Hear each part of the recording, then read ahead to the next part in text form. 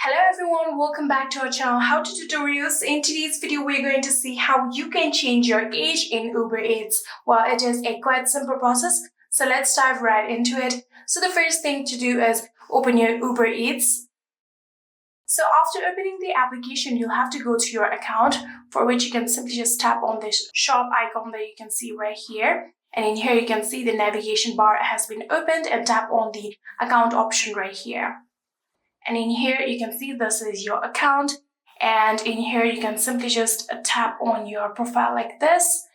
And in here, you can see there are no specific options such as changing your age or changing your date of birth. So the simple solution for this can be simply deleting your Uber Eats account and creating a new one in order to add in your new date of birth.